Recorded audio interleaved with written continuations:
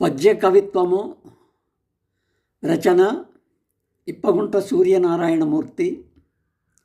శీర్షిక మంచి చెడు. శిష్టాచారము రూపుదిద్దబడి సంసేవన్ ప్రదర్శించగా పృష్టం అన్నది తావులేని సరళిన్ సృష్ట్యాదిగానాత్మమే వ్యష్టిన్ సాగగా ధర్మరక్షపసగన్ వైముఖ్యమవు భావనన్ భ్రష్టాచారము వెల్లువెత్తినది సంవాదం హెచ్చించుచున్.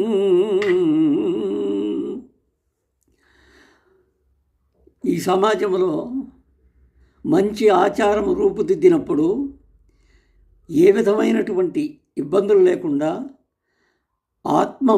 మనసు ఒంటరిగా సాగింది.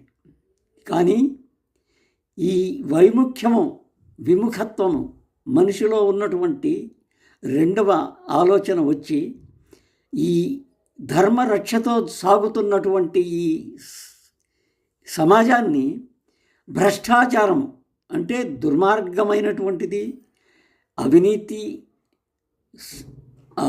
అలజడులు లాంటి వాటితో ఇబ్బందులు కలిగి చేసేటువంటి ఆ ఆచారం మొదలై చక్కగా జరుగుతున్నటువంటి ఈ సంవాదాన్ని పెంచి కలహాలకు దారితీస్తుంది అని చెప్పి ఇది సమాచారం.